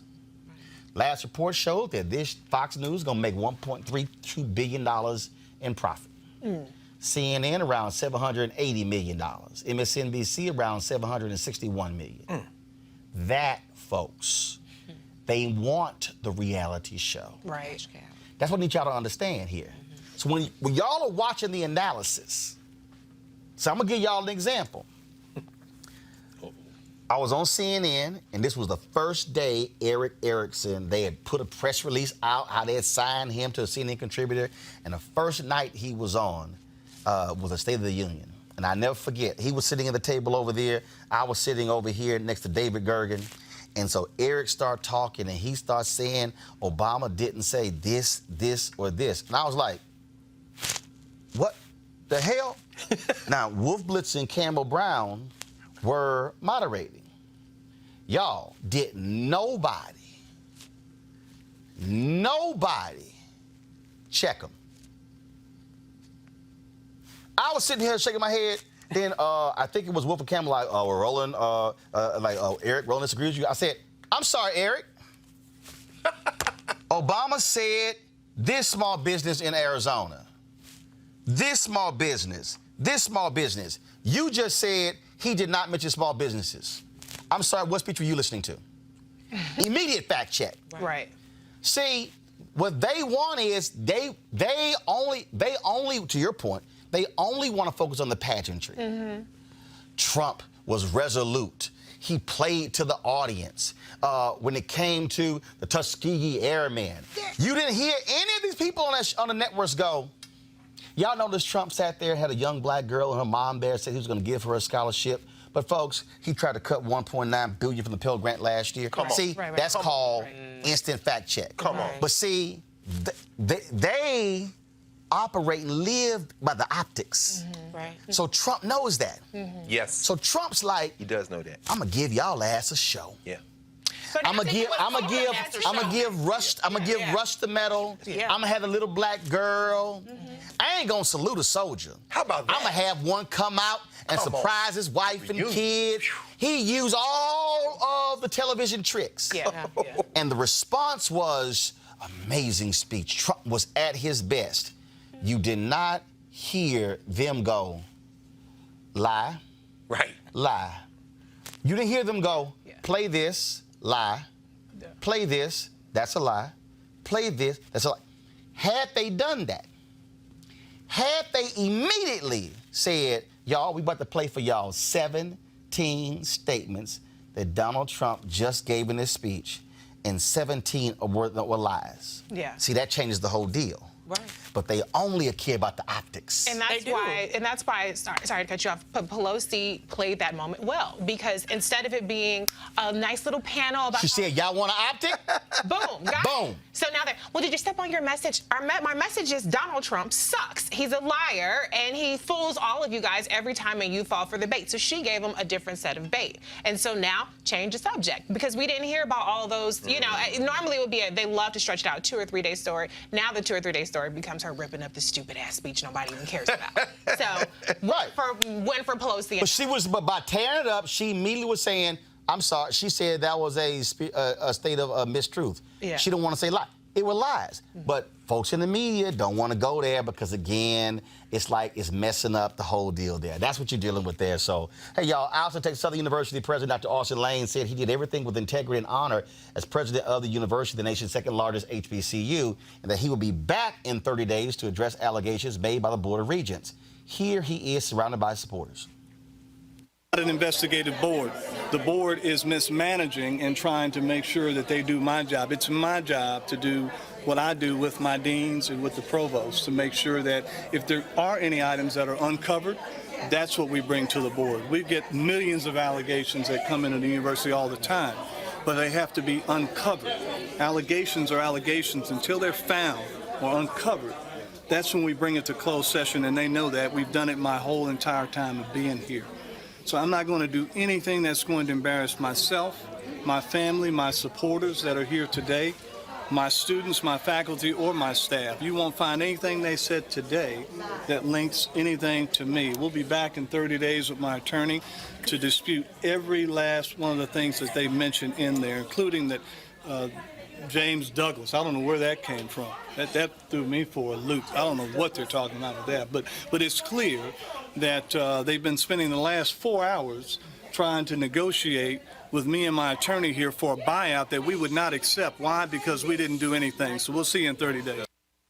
And he also, folks, released a statement today as well. First of all, he had a news conference today laying out how the board has violated their own procedures, all the things that he has done for the university, also showing how they have been out of order. And so he laid all those things out in this letter. And also his other piece, the accreditation folks are going to be coming to TSU's campus next month. And he says that, quote, the board is out of compliance per SACS during their most recent bylaw change that allows them to hire and fire all employees. This is a direct violation of the standard and one that typically causes a university to lose accreditation. And so, trust me, he is not simply laying back. The TSU Board of Regents still refuse to talk publicly about this. They made this move, and many people are asking the question, well, is the Republican Governor Greg Abbott, he appointed most of these people, is he behind this because is he mad at Austin Lane because he had the Democrats have a debate on TSU's campus? And remember, they also would not let Senator John Cornyn speak to the graduation because there was going to be tremendous blowback from students. You got to ask the question, are Republicans in Texas trying to control one of two public HBCUs in Texas at Texas Southern University? Yeah. Don't think we're not going to stop talking about it. We will. One more thing, folks. Tonight on PBS, there's going to be a documentary airing about a black architect who designed homes in Hollywood that he could not live in. And it's an amazing documentary. First of all, Royal Rogers. She's the wife of Jonathan Rogers, founding CEO of TV One. I've known Royal has been working on this documentary, y'all, for not just more than 10 years, it's almost approaching 15 years. Royal Kennedy Rogers and Kathy McCampbell Vance. It will premiere tonight on PBS SoCal as part of Black History Month. And it chronicles the life and work of Paul R. Williams, the African-American architect behind more than 3,000 famous homes and sites, largely in Los Angeles. Here is an excerpt. The Academy Award ceremonies at the Pantages Theater. Once Hollywood discovered Paul Williams, he acquired a nickname, Architect to the Stars. Tyrone Power, Lucille Ball, Desi Arnaz, Cary Grant, Barbara Stanwyck. All the movie stars had Paul Williams houses. They're the most unique homes in the city. The unique style of a Paul Williams home made such an impression that some clients recall them even after they've moved on to other houses. We had a wonderful life there, and we later learned William Holden lived there. All of the who's who of Hollywood at that time had frequented that house. Tonight, Frank is seeing his finished two-bedroom Japanese modern house for the first time. How are you, Ed? Good. One commission brought Williams the national exposure most architects can only dream of. Well, this is the combination dressing room, Ed, and bedroom with my unique-looking fireplace with the Chinese red. I'm sorry you can't see the colors. Frank Sinatra has, in a sense, come to Williams to find out how do you live like a movie star. He understood the value of having your dream home. And I think that's why so many people went to him, particularly movie stars and people in the movie industry, which is so much about fantasy and sets and, you know, being able to have whatever you want. Unlike a Frank Lloyd Wright who designed something brilliant and you bought into it or not, he believed it was important to listen to his client, and his value as an architect was determined by his ability to please that client. As an African-American architect in the 20th century, he did not have the luxury of telling clients my way or the highway. He would ask them questions about how they lived. Are you the type of person who entertains frequently, who needs a room for your housekeeper as well as your mother-in-law? People moved from Los Angeles, from all sorts of other places, and I think they wanted to import a little bit of where they were from and what they associated with. And he was so adept at so many different styles of architecture. Great Tudor houses, great Spanish houses, great Monterey Colonials, great Georgians. I mean, he did them all. Hollywood's Architect will air on PBS stations nationwide throughout the month of February, so be sure to check your local listings to see when it airs in your city. Wow, and I would have, happy Black History Month, I would have thought that the great architect of that time was Frank Lloyd Wright, who designed the Guggenheim Museum, which is, beautiful in its own right. But to know a Paul Revere Williams, I'm looking forward to watching this tonight. Yeah, Agreed. definitely. Yeah, I mean, it's funny, they talked about, and I'm sure they talked about in the documentary as we were talking, as we were watching, the Golden State Life Insurance Company building he did, and it had Art Hale Woodruff, the great Charles White. It was full of art. I mean, this was like a landmark. It's on the historical register, but this man was a genius. He had 3 honorary degrees from HBCUs, including one from Howard, because he was the model for a lot of Black architects. Wow. I cannot wait. Yeah. Well, again, and so congratulations to Roy. I know she's worked on this for almost 15 years. Yes. And I'm sure Jonathan's like, thank God it's finally done. And so looking forward to watching it. And then we were chatting with Roy, I think, on the show on Tuesday. All right, folks. As I said to you earlier today, I had a conversation with Tom Steyer. Let me take the panel first off. I had a conversation with Tom Steyer today about his run for president. And we talked specifically about what his plans are for African Americans when it comes to housing, education, HBCUs, and also Black business. Let's hear what Tom has to say. Tom Steyer, glad to have you here on Roland Martin Unfiltered. Roland Martin, it's great to be with you. It really is. All right, let's talk first about the Iowa debacle. Just got to get your thoughts on the fact that here we are 3 days later, and we still don't know for sure what the final results of the Iowa caucus. Look, this is a dream come true for Donald John Trump. This has been, for anybody who doesn't realize that Trump can get reelected, then they should pay attention to the last 3 days. That started with the Iowa debacle. The next day was the State of the Union. And the next day was the Republican cover-up and sham trial resulting in a 52-48 vote not to remove him from office immediately. He's had a great 3 days. And for every Democrat who's paying attention, you have to realize we need a presidential contender who can beat him, because otherwise we're going to lose. Well, let's talk about that. We look at the results in Iowa. You did not do so well. What do you attest that to? Was your focus really on that state, or were you looking at some of the other states? Look, we were the last people to get into Iowa. It's heavy on organization. We said we'd organize, we'd show up everywhere, and we did. I'm here in New Hampshire right now, Roland, but we can see that whoever's going to be president is going to have to put together a diverse coalition of Democrats. And that specifically means that whoever is going to be the Democratic candidate is going to have to be appealing and speaking directly to the African American community and to the Latino community. And if whoever the candidate is can't do that, then we won't have the kind of diverse coalition in November of 2020 that can beat Mr. Trump. And so I think every single conversation about this election has to start with the fact that the Democratic Party is a very diverse party.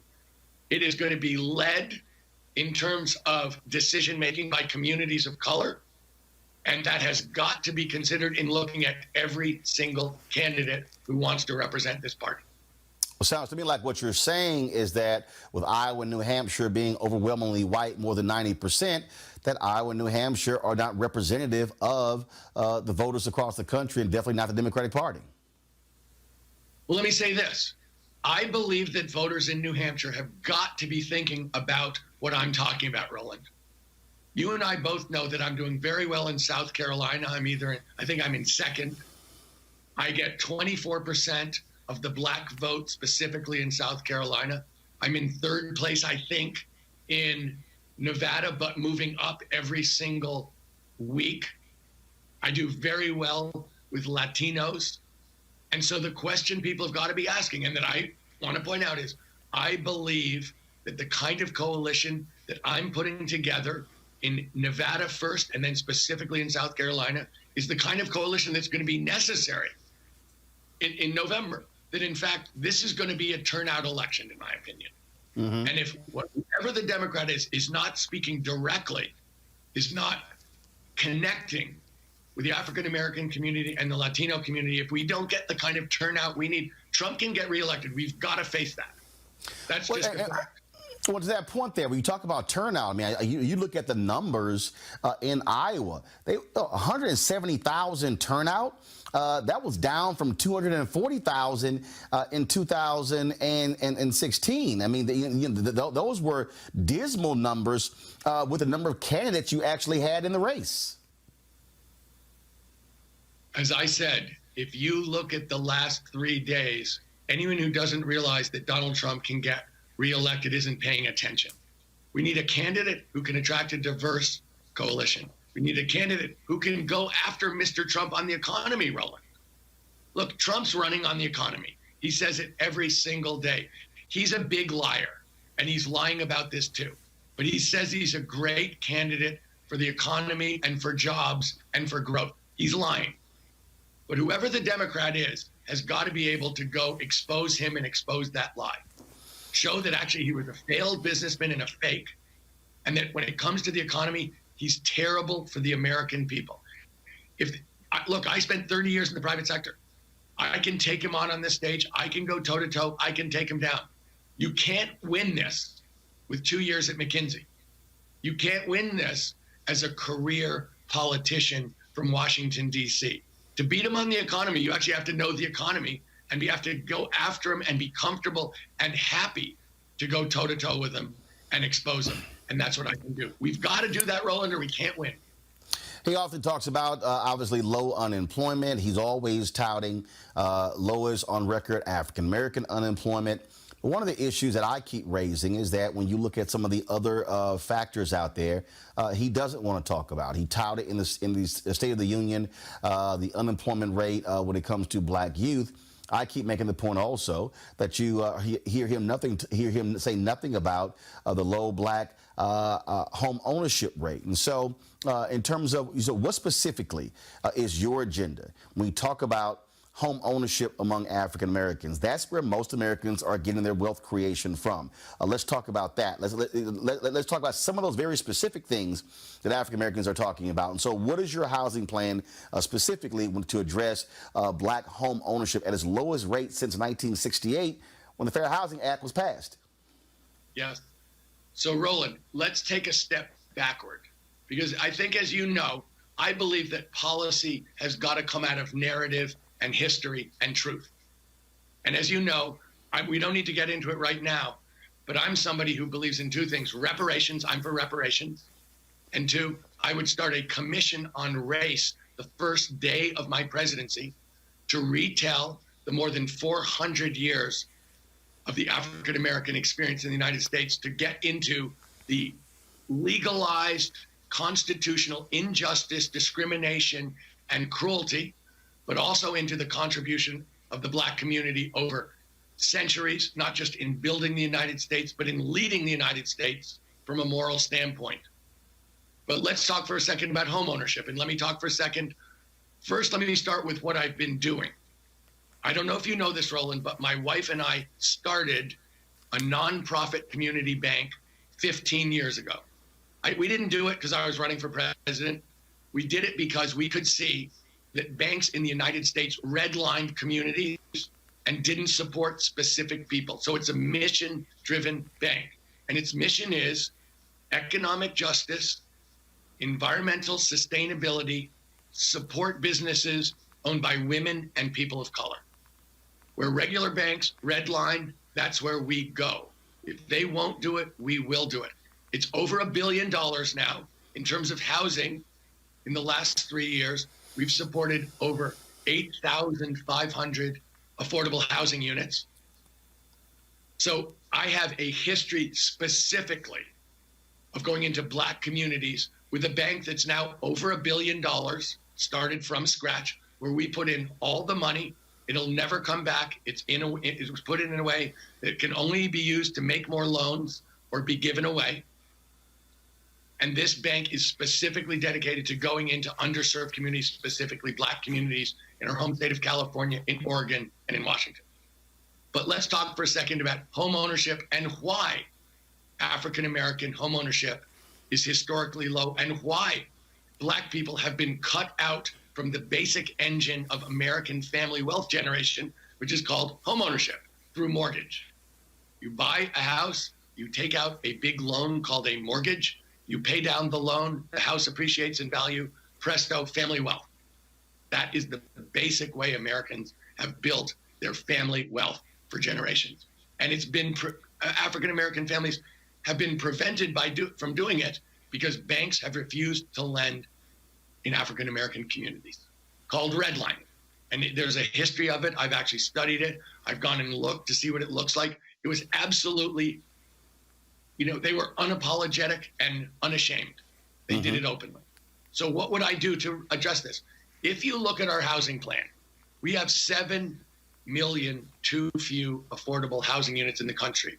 We can talk about how we're going to build those, and I have a plan for it. But in terms of African-American home ownership, we're talking about, and we need to, this is why we need to do a solution-based commission on race. I'm talking about subsidized down payments for families that have been shut out because of discrimination and racial prejudice, have been shut out of the housing market for generations. We're talking about giving specific assistance to redress something that has been a historic injustice of dramatic proportion. But your critics would say that's a quota. Agree or disagree? How do you respond to your critics who would say, hey, that's a quota? Yes, it's a race-based remedy. Okay, let me say this. Roland, you and I both know that in virtually every policy area in the United States, there is an unspoken, huge racial issue. Housing, yes. There's a huge racial issue, which is black people have been discriminated against from getting home mortgages for generations. Education, yes. Criminal justice, yes. So let's be clear. We're going to take race explicitly into consideration to redress racial injustice that explicitly disadvantaged and discriminated against black people. I'm not apologetic about it. Something wrong was done. That's why I want this commission to go through the facts of the last 400 plus years. Something wrong was done. Multiple wrongs were done. We didn't just get here. People did things that were wrong, like redlining black communities and refusing to make mortgages in them. Yeah, we didn't just get here. We're talking about reparations as in repairing damage done. Tell the story, start with truth, solution-based to talk about how do we repair it, and then how do we move on? If we don't tell the truth and repair it, how do we move on? How do we be the just society that we claim we want to be or that we claim that we are? So yes, I'm not scared of saying we're going to take race explicitly into consideration because race has been taken explicitly into consideration for hundreds of years. When you mention education, let's talk about that. Obviously, we have many presidents who've said they wanted to be the education president. When we still look at the numbers in terms of black student achievement compared to white students, there's still a huge problem there. There are people like me who are supporters of school choice, who believe in charter schools. I believe that there should be multiple options for parents, not just a sole option. I don't believe there's a panacea. I don't believe there's one way to educate a child. And so what does your education plan look like, specifically when we talk about African Americans? So when we think about education, Roland, let me give you some background on me and some background about how I think about it, and then let me give you the policies. So first of all, my mom taught in the public schools in New York City. After she retired as a teacher in the public schools, she taught prisoners at the Brooklyn House of Detention. My brother Jim, who's a year older than me, graduated early from high school so he could go to work in the New York public schools with my mom before he went off to college. He has been an advocate for at-risk children as a career, and he's older than I am. So I have been hearing forever on the idea about education, specifically of African Americans, as a means not just for prosperity and success, but also for mobility and justice. And the other thing I've been hearing since it seems like I was in the cradle is that you can't get to kids early enough. I mean, I'm for universal preschool. I'm for subsidized childcare because I know two things. One, that the number one statistic correlated with success in America, however you define success, is third grade reading comprehension. So I know you don't get third grade reading comprehension in the third grade. You have to be way early, but that where you are at that point is going to determine an enormous amount about the rest of your life. And if there's one thing that we need to do above all, it's to break this school to prison pipeline. We need to be early. We need to spend whatever it takes, really, to support those kids as early as possible to get them in a position to succeed. So when you ask me what's my policy is to be early. My policy is we spend at a federal level $70 billion on education. And at a federal level, we spend over $700 billion on defense. And that number has gone up by more than $100 billion since Donald Trump became president. So the increase in the defense budget in the last 3 years is more than the total budget for education at the federal level. Mm-hmm. And I look at education, that is our future economic prosperity. That's our future success, because we depend on the productivity and excellence of American citizens to succeed.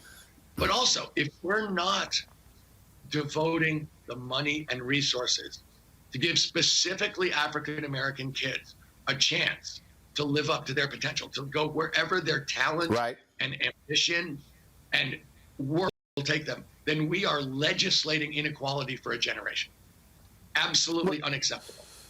So my point on this is we have to be really early, and we have to change our priorities, not just in terms of supporting teachers, paying them better, also supporting them much more broadly and supporting the kids much more broadly, not just with teachers, but with mental health professionals, with nurses, with librarians. The payoff for this in justice and in success is so dramatic for our society. It proves to me exactly what I was trying to say to you earlier. Yeah, Mr. Trump gives tax breaks to rich people and big corporations, and that's his way of juicing the economy. It's a total fraud. It's a short-term fix. It's a sugar high. It's destructive in the long term. It's not just that. He doesn't do what it takes to really succeed as a society, which is to invest educationally in young people and to make sure that we're taking race into account to redress generations of underspending on black kids.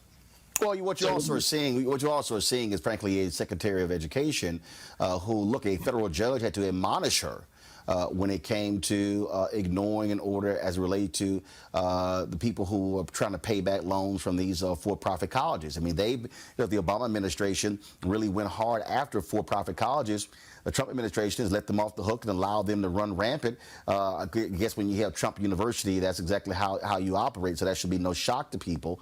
And so that's also one of the issues. He also touts, first of all, he lied when he gave a speech saying how he saved HBCUs. That's a flat-out lie. And so let's talk about historically black colleges and universities in terms of your plan when it comes to assisting those HBCUs. So, Roland, I hope you know, but if you don't, I'm about to tell you anyway, so you don't have to worry about it, that I have a plan to support HBCUs at a level that is multiples of what has ever been done or what's ever been proposed. Mm-hmm. And again, I believe policy comes out of narrative. So let's just remember, the historically black colleges and universities were created because it's illegal for black kids to go to the mainline colleges and universities. And so they were created, some of them before the Civil War, to be the one ladder to success down south for black kids who had ambition and drive and talent. And they've worked. They've produced over half the black generals and doctors and teachers and judges and engineers. And they're dramatically underfunded. They have high tuitions because they don't have big endowments. They have high tuitions because federal funding has gone down by 42%. I'm talking about putting $125 billion into the HBCUs over 10 years. I'm talking about rebuilding, reviving, growing the whole system because they're there for a good reason. They've worked. They're incredibly important to the kids, but they're also incredibly important to the communities where the institutions are located. It's a huge success story and is being allowed to starve to death. Mr. Trump talks about how beneficent he has been to the HBCUs. We're talking about spending on an annual basis a one-time $35 billion move to get them revived, rebuilt, and tuitions down, and then $10 billion a year to make sure that we're growing a system that has true impacts, true growth, true strength, and really is built into the communities in a gigantic way. He's talking about, if my numbers aren't wrong, $386 million. We're talking about 30 times that on a going-in basis and 100 times that on a one-time basis. So really what we're talking about in terms of HBCUs, I was talking to you about reparations, repairing the damage, looking at history to tell the story of what happened, and then having a solution based on that history to repair what happened and to go forward justly together. That's my plan on the HBCUs, and it's just an example, Roland. When we look at also black business, huge issue, the housing foreclosure crisis that took place beginning really in 2007 exacerbated that. Remember in 2014, the Wall Street Journal had an article that talked about $23.09 billion in small business loans being handed out. The previous year, African Americans only got $385 million of those loans. There was some effort trying to fix that as well. That also is an issue. I've talked with business organizations. When Donald Trump came into the White House, he returned to bundling. First of all, Obama's folks were trying to break up a lot of these large contracts to allow for African American businesses and other minority businesses to be able to compete for those. Trump came back, put them together, so really only the large companies could actually go after those dollars. You look at the federal pension fund. It's a $1 trillion plan. BlackRock controls more than 50 or 60% of that. They wrote the rules for it. African Americans are only managing, my understanding, about 100 million or so of that $1 trillion. But if you look at the wealth of African Americans, it's really the public workspace. And so I've been saying that that's also inequality there. You've got African American money managers out there who should be a part of that $1 trillion pension plan. And so as someone with obviously a business background, we look at the 2.6 million black-owned businesses in America. 2.5 million only have one employee. They're doing $54,000 in annual revenue. And so Trump touts the increase in black-owned businesses, but they're actually doing half of the revenue they were actually doing when we had 700,000 fewer black-owned businesses. So let's talk about black commerce, black-owned businesses. And so I mentioned 3 or 4 things there. Speak on those issues and sort of how you see what does a Steyer presidency look like when it comes to really providing serious and real economic opportunities for black-owned businesses. So, Roland, I told you, we started a bank 15 years ago. Mm-hmm.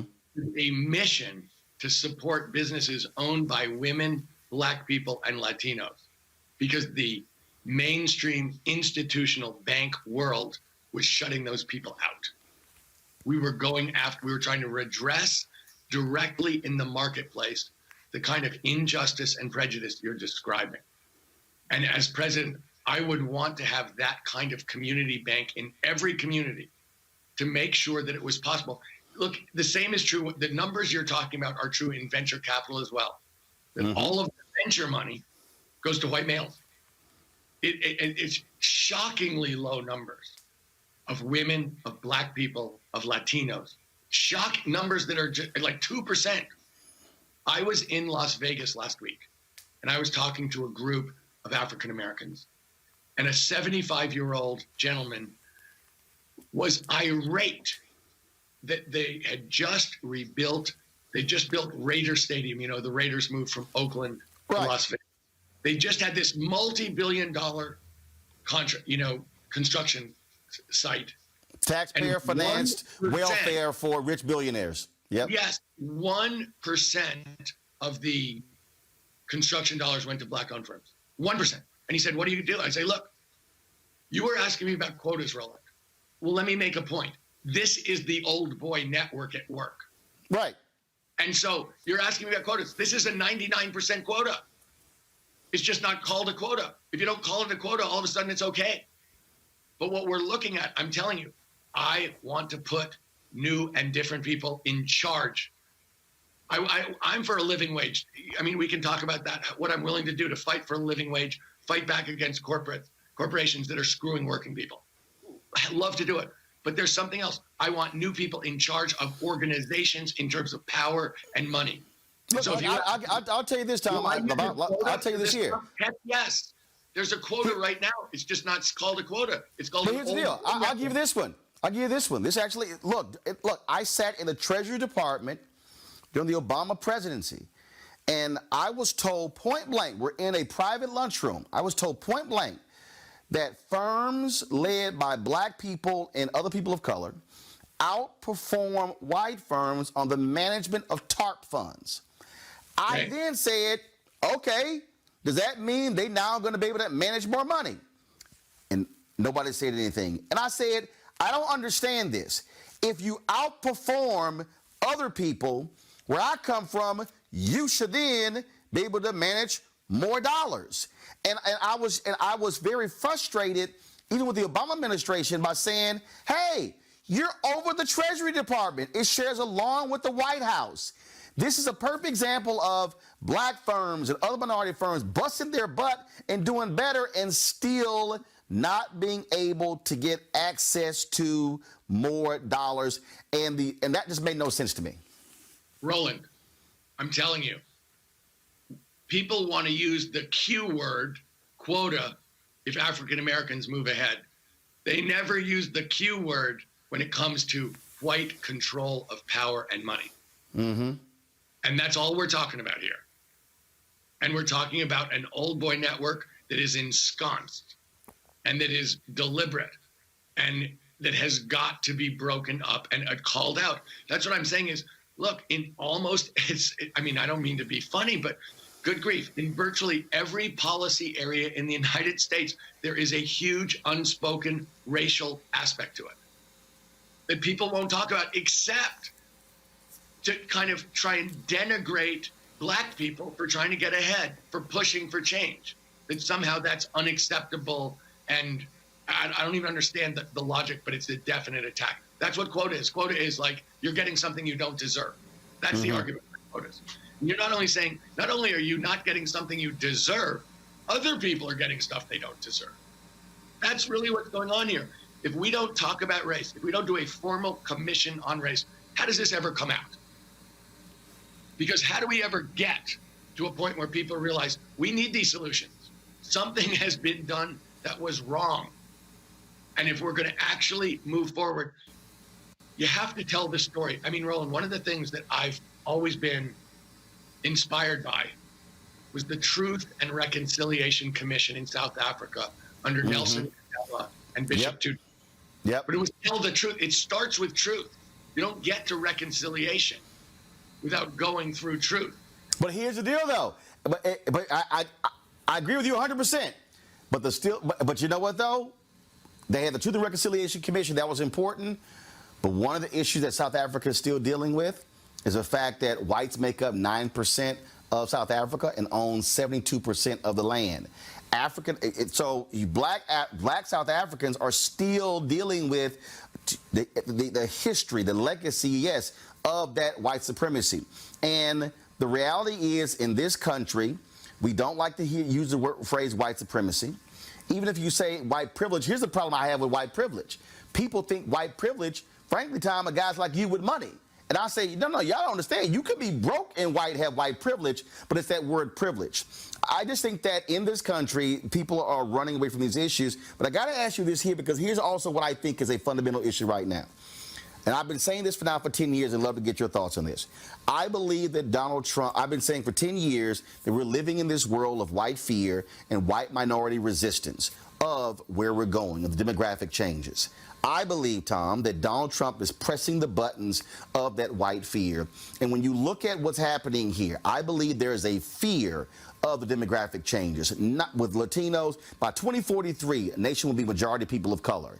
And I think that's what's driving a lot of this angst. People, all the media said, oh, economic anxiety. Hell, black folks have economic anxiety, but I really think it's just this fear, this fear of the nation changing and being black. I have a different view of the flag and the national anthem than, frankly, a lot of people who were raised who were white. And so when you hear our values are changing, what it means to be America is changing, what they're really saying is we no longer going to have a country that's seen through the eyes, the prism of largely white men. And that is what is freaking people out. And Trump is seen as their savior. Just want to get your thoughts on that. Roland, is there any doubt? Of course you're right. Are you kidding me? What do you think immigration's really about? It's fear of non-white people coming to the United States. That's what Trump's arguing about. This is racism by a different word. He's not talking about anti-immigration. He's talking about anti-immigration by non-white people. As I like to say, there's no wall on the Canadian border. So, of course that's true. But let me say this, Roland. I'm from a minority state right now called California. Mm-hmm.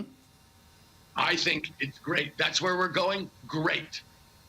In fact, this is the United States. This is the Democratic Party. I'm going to have to go, but I want to end where I started, which is this. This is not only the future, this is the now. This is where we are. As a party, we have to embrace exactly what you just said and recognize it's great. That's who we are. We're better for it. We're a better country. We'll be more just. Our diversity, in fact, will be a cause for celebration. Getting past this white supremacy is great. And that's what I'm running on.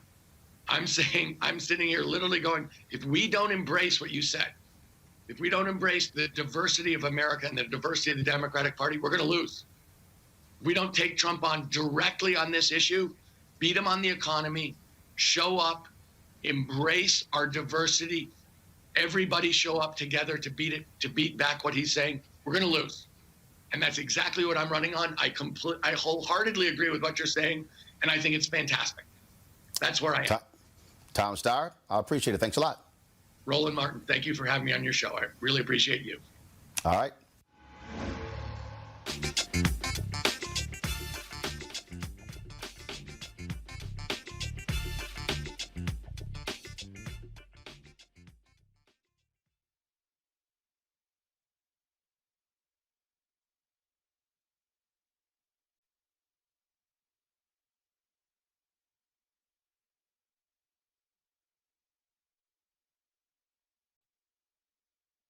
You want to check out Roland Martin Unfiltered? YouTube.com/Roland S. Martin. And subscribe to our YouTube channel. There's only one daily digital show out here that keeps it black and keep it real. It's Roland Martin Unfiltered. See that name right there? Roland Martin Unfiltered. Like, share, and subscribe to our YouTube channel. That's YouTube.com/Roland S. Martin. And don't forget to turn on your notifications so when we go live, you'll know it. Hey everybody, this is Sherry Shepherd. You're watching Roland Martin Unfiltered, and while he's doing Unfiltered, I'm practicing the wobble. Yes, I am. Because Roland Martin's the one, he will do it backwards, he will do it on the side. He messes everybody up when he gets into the wobble, because he doesn't know how to do it, so he does it backwards. And it messes me up every single time. So I'm working on it. I got it. You got Roland Martin. Hi, my name is LaToya Luckett, and you're watching Roland Martin Unfiltered.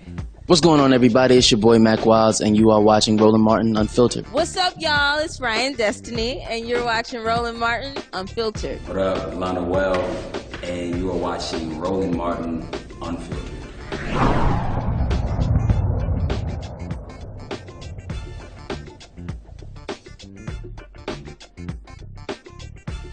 You want to support Roland Martin Unfiltered? Be sure to join our Bring the Funk fan club. Every dollar that you give to us supports our daily digital show. There's only one daily digital show out here that keeps it black and keep it real. It's Roland Martin Unfiltered. Support the Roland Martin Unfiltered daily digital show by going to RolandMartinUnfiltered.com. Our goal is to get 20,000 of our fans contributing $50 each for the whole year. You can make this possible. RolandMartinUnfiltered.com. Hey fam, want to check out Roland Martin Unfiltered, the blackest show on all of digital, cable, and broadcast. Check out our audio podcast. There's only one daily digital show out here that keeps it black and keep it real. It's Roland Martin Unfiltered. Press play.